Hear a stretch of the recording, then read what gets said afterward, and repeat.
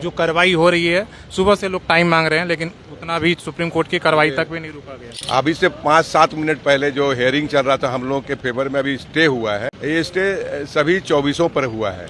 सुबह से जो कार्रवाई चल रही है और जो एक भय का माहौल यहाँ पर दिख रहा है, इतना फोर्स बल लगा के तोड़ा जा रहा है कि सबसे पहले बात है कि हाई कोर्ट का जब ऑर्डर आया तो हम लोगों ने बोला कि हम लोग सुप्रीम कोर्ट जाएंगे। प्रशासन से हम लोगों ने रिक्वेस्ट भी किया था कि हम लोग सुप्रीम कोर्ट जा रहे हैं। अंततः आज सुप्रीम कोर्ट गए और माननीय उच्च न्यायालय से हम लोगों को ये स्टेटस को स्टे मिला है। तो क्या लगता है क्यों इन 24 को याचिकाकर्ता ने टारगेट किया, क्यों इनका पार्टी बनाया? आज के ज़माने में लोग गगनचुम्बी इमारतें बना रहे हैं, तो हमारे यहाँ जमशेदपुर में भी प्रशासन को चाहिए एक नया बाइलॉज लाके यहाँ के जितने भी जिसको कि बोला जा रहा है तथाकथित तरीके से कि ये अनऑथराइज है, उनको रेगुलराइज करने का काम करना चाहिए। इंक्रोचमेंट है या डिविएशन है? मुझे नहीं लगता कि कहीं भी इंक्रोचमेंट की बात है, ये किसी भी प्रकार के डिविएशन की बात आ रही है। बिल्डर एसोसिएशन इतना आप लोग संरक्षक और प्रेसिडेंट दोनों क्यों डरा है, अपनी बात क्यों नहीं रख पा रहा है? और हम कोई डरे नहीं है, हम कोई आतंकवादी नहीं है, हम कोई शहर छोड़ने वाले नहीं है जो इतना बड़ा तादाद में फोर्स लेके हम विरोध भी तो नहीं कर रहे। कानून आया है, हाईकोर्ट से डिसीजन आया है, हम लोग उसको मान रहे हैं। भाई आराम से आप तोड़िए, हमको कुछ नहीं करना है। हम तो देखिए आराम से बैठे हुए हैं। कार्रवाई जो भी हो रहा है ये ऑनरेबल हाई कोर्ट के ऑर्डर से हो रहा है, पर हमारा ये मानना है कि हमें प्रॉपरली सुना नहीं गया है। को कोई नोटिस नहीं दिया गया, कोई फर्दर इन्फॉर्मेशन नहीं। पेपर में हम लोगों ने पढ़ा, नाम देखा और तुरंत हम लोग फिर हाई कोर्ट गए। जो राहत मिला है इसका हम स्वागत करते हैं। बहुत ही अच्छी सुप्रीम कोर्ट का ये डिसीजन रहा। आज जिला प्रशासन को इतनी क्या हड़बड़ी थी कि आज का आज कार्रवाई करना था और अभी का भी कार्रवाई करना था। सुप्रीम कोर्ट में आज 5 लोगों का डेट मिला हुआ था, वहाँ पे एप्लीकेशन डाला हुआ था स्टे के लिए। आज का टाइम देना चाहिए था। सुबह से बात करने की कोशिश की जा रही है कंटिन्यूअस। बिल्डिंग तो एक दिन में नहीं ना बन गई, पास जितना भी रहे, लेकिन जब बना है ये कोई सामियाना नहीं है कि रातों रात टंग गया और सुबह खुल गया। नमस्कार, सोशल संवाद में स्वागत है। और जैसा कि आप सुबह से कार्रवाई देख रहे हैं, जो जेएनएससी के टीम के द्वारा कार्रवाई आज शुरू हुई थी और बड़ी हड़बड़ी में थी। 2 घंटे का वक्त मांगा गया था कि सुप्रीम कोर्ट में जो सुनवाई भवन मालिकों की तरफ से अर्जी लगाई गई है स्टे के लिए, आप मान जाइए, लेकिन उन्होंने नहीं माना और पूरे एक तरीके से बड़ा नुकसान पहुंचाया है। और इसको लेकर अभी स्टे आ गया। सबसे बड़े तो ये कि जो 24 बिल्डिंगों को तोड़ने का आदेश था उस पर स्टे मिल गया है सुप्रीम कोर्ट से, और इसको लेकर जो है हम बात बाकी समीक्षा करेंगे। लेकिन किस तरीके से देख रहे हैं जो सुप्रीम कोर्ट में राहत मिला, और इस कार्रवाई को आप लोग किस तरीके से देख रहे हैं? जो राहत मिला है इसका हम स्वागत करते हैं। बहुत ही अच्छी सुप्रीम कोर्ट का ये डिसीजन रहा। और एक तरह का मतलब इस जो पूरी कार्रवाई जो ये पूरा स्टे ऑर्डर लाया गया था हाई कोर्ट से, जो आदेश आया था, इसको आप अगर आम वर्ड में कहेंगे this is an legal extortion. ये लीगल एक्सटॉर्शन है। ये 24 बिल्डिंग कैसे चिन्हित हुई, इसका क्या सिस्टम बना होगा, पैरामीटर बना होगा? कोई 2003 का बिल्डिंग है, कोई 98 का बिल्डिंग है, कोई 2024 का बिल्डिंग है, कोई 2022 का बिल्डिंग है, कैसे चिन्हित हुआ? जबकि बात थी कि 2016 का बिल्डिंग बायलॉज का जो उल्लंघन किया होगा, जो 2016 बायलॉज का बिल्डिंग का उल्लंघन किया होगा, या 2016 के बाद 500 बिल्डिंग बनी होगी, तो ये 24 बिल्डिंग चिन्हित कैसे हुई? आज जिला प्रशासन को इतनी क्या हड़बड़ी थी कि आज का आज कार्रवाई करना था और अभी का भी कार्रवाई करना था। सुप्रीम कोर्ट में आज 5 लोगों का डेट मिला हुआ था, वहाँ पे एप्लीकेशन डाला हुआ था स्टे के लिए। आज का टाइम देना चाहिए था। सुबह से बात करने की कोशिश की जा रही है कंटिन्यूअस, बट कोई भी उचित जवाब नहीं आ पा रहा है। मैं सभी बिल्डर जो साथ में जुड़े हुए हैं और लोग हैं जितने भाई अपने, बहुत लंबे प्रभावित, खाली बिल्डर ऑनर नहीं है ना, इसमें फ्लैट मालिक हैं, दुकानदार हैं, होटल्स हैं। ऐसी बिल्डिंगें हैं जब बिल्डर मालिक का नाम ही नहीं पता है लोगों को। लोग वहाँ रह रहे हैं 20 साल 25 साल से। अब जो छोटे छोटे फ्लैट वाले वो कहाँ सुप्रीम कोर्ट तक पहुंच पाएंगे लड़ने के लिए? कोई एक चेहरा होना चाहिए लड़ने के लिए, वही नहीं है वहाँ पे मिसिंग। ऐसा कॉम्प्लेक्स है जहाँ छोटा छोटा 50 दुकानदार है, 50 जन मिलके लड़ेगा कि 1 जन लड़ेगा? बोलिए। अभी भी लेकिन कार्रवाई रुक नहीं रही है। कार्रवाई तो अभी तुरंत रुकनी चाहिए भाई। एक बिल्डिंग को अगर राहत मिला है, किसी भी एक जन को स्टे मिला है, अगर उसी ग्राउंड पे सबका स्टे माना जाना चाहिए और उसी ग्राउंड पे सबको स्टे मिलेगा। टाइम पीरियड तो जरूर देना चाहिए। जब ये बात जिला प्रशासन भी समझ रही है कि इसका कोई एक मापदंड या चार्ट नहीं बनाया गया सिलेक्शन के लिए, तो किस ग्राउंड पे आप डिसाइड कर रहे हैं कि इस बिल्डिंग को पहले तोड़ना, उस बिल्डिंग को बाद में तोड़ना है? ये कैसे डिसाइड हुआ कि 24 में शुरुआत यहाँ से की जाए?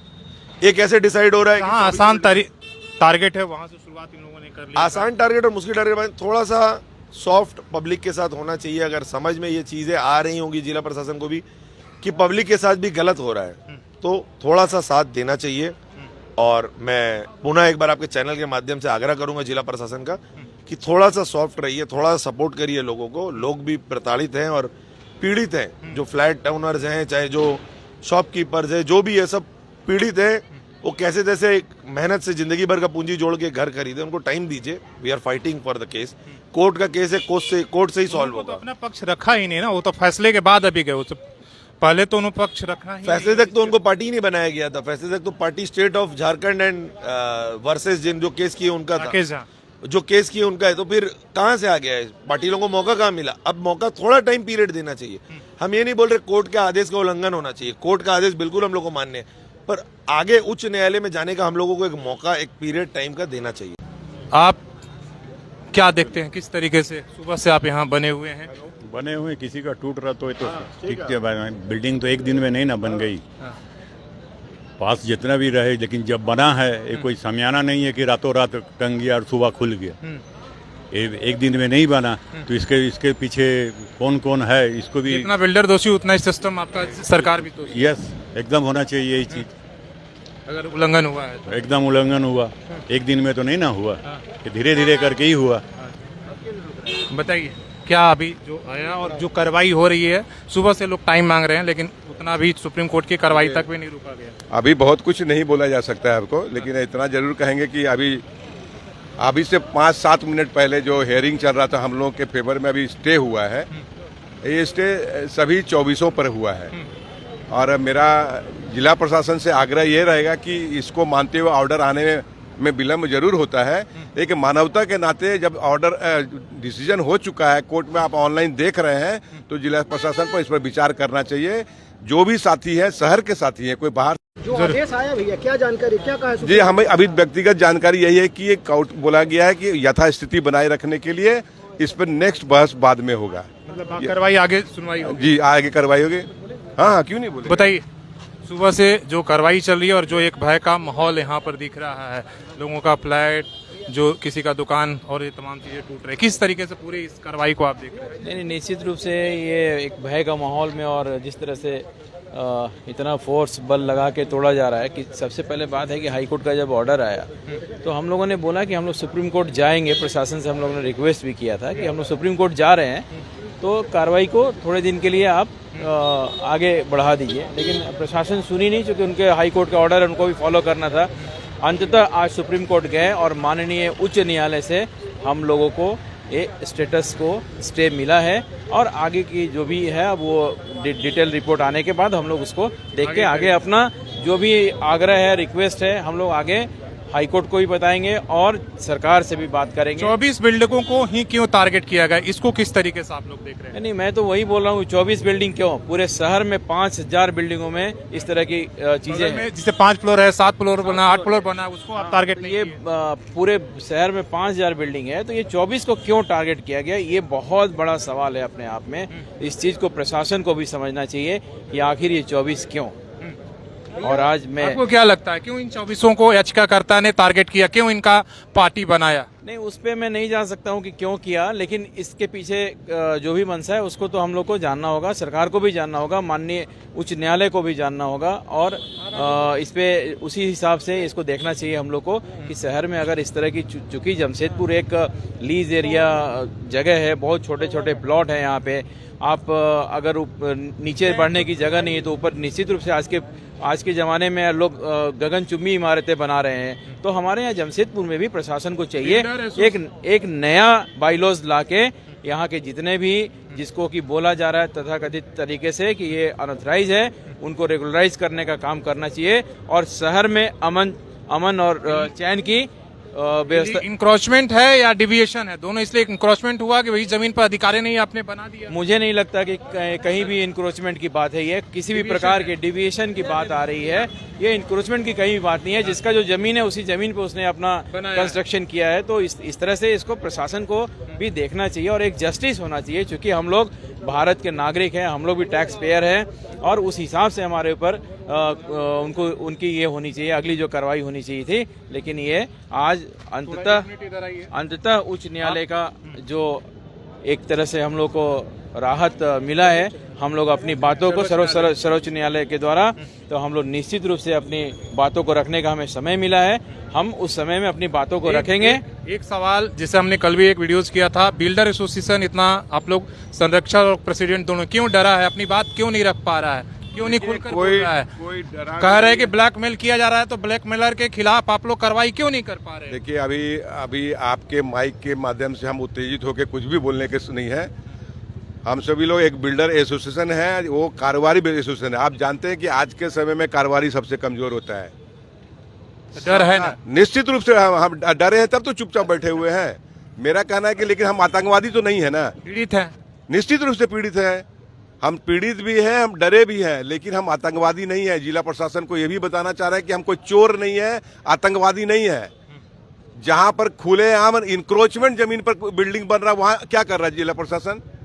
क्या कर रहा है वहां पर? दूसरे लोग को क्या कर रहे हैं? हम तो यहाँ डेविएशन हुआ है, हम डेविएशन में हम तो कानूनी सलाह मांग रहे हैं कि डेविएशन को रेगुलाइज कैसे किया जाए। पैसा भी जमा हमने पैसा भी जमा किया है, कई बिल्डिंगों में लाखों लाख रुपए जमा दिया है अभी तो मेरा आपसे कहने का यही तात्पर्य है कि हम कमजोर वर्ग व्यवसायी है, इसलिए कमजोर वर्ग है। और हम कोई डरे नहीं है, हम कोई आतंकवादी नहीं है, हम कोई शहर छोड़ने वाले नहीं है जो इतना बड़ा तादाद में फोर्स लेके। हम विरोध भी तो नहीं कर रहे। कानून आया है, हाईकोर्ट से डिसीजन आया है, हम उसको मान रहे हैं। भाई आराम से आप तोड़िए, हमको कुछ नहीं करना है। हम तो देखिए आराम से बैठे हुए हैं।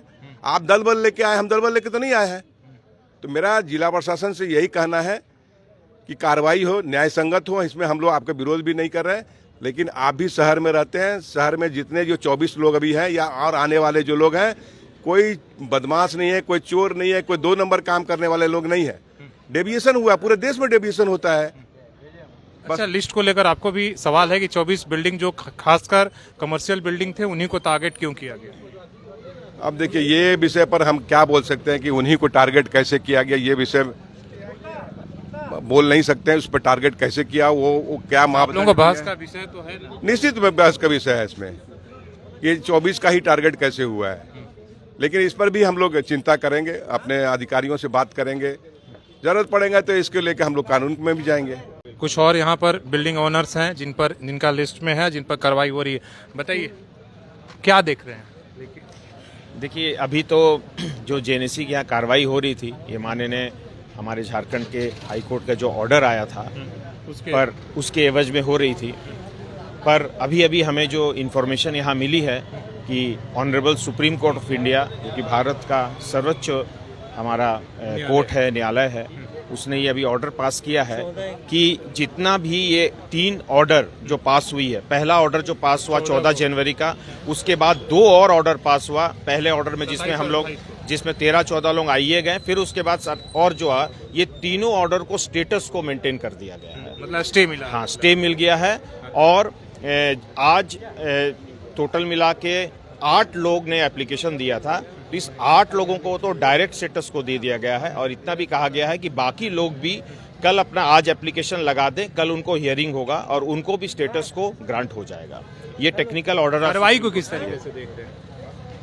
कार्रवाई जो भी हो रहा है ये ऑनरेबल हाई कोर्ट के ऑर्डर से हो रहा है, पर हमारा ये मानना है कि हमें प्रॉपरली सुना नहीं गया है। और हम लोगों का ये मानना है कि किसी का भी, जैसे इनका केस है, इनका 1 फ्लोर एक्स्ट्रा है, तो 1 फ्लोर एक्स्ट्रा है तो हम लोग इनमें कंपाउंडिंग में जाने को तैयार है। जो भी फाइन्स है, जो पेनल्टी है, वो सब हम लोग देने को तैयार है। जबकि G+5 थे, परमिटेबल है। हाँ, परमिटेबल। अच्छा, हाँ, ठीक है, आप बताइए। सेटबैक के लिए प्रॉब्लम हो रहा है और हम लोगों को कोई नोटिस नहीं दिया गया, कोई फर्दर इन्फॉर्मेशन नहीं। पेपर में हम लोगों ने पढ़ा, नाम देखा और तुरंत हम लोग फिर हाईकोर्ट गए। हाईकोर्ट में रिजेक्ट किया गया क्योंकि हम लोग अपना पक्ष रख ही नहीं पाए। हाँ, फिर बाद में सुप्रीम कोर्ट हम लोग अपील किए, सुप्रीम कोर्ट ने स्टे लिया है। स्टे के आधार पे काम रोका जाना चाहिए, लेकिन अभी तक नहीं रुका है। चलिए ठीक है, आप लोग बात करें तो ये तमाम देख रहे हैं कि लाइव अभी तक आपको बताने के लिए, और इसके बाद आगे की हम जैसे होगा अपडेट करने की कोशिश करेंगे। फिलहाल इतना है कि इसको अभी जो है इन लोगों का कोई स्टे मिला हुआ। धन्यवाद।